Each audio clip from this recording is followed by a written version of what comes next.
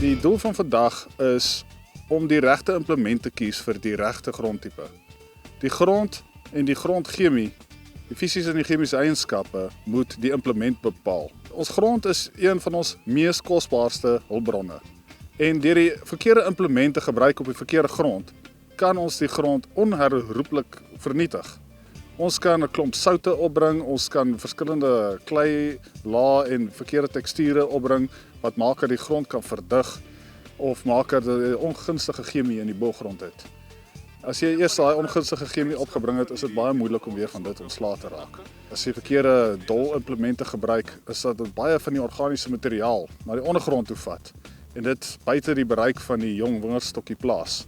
Ons het die 4 verskillende implemente laat loop vandag en ons het gekyk hoe lyk die grond na die tyd.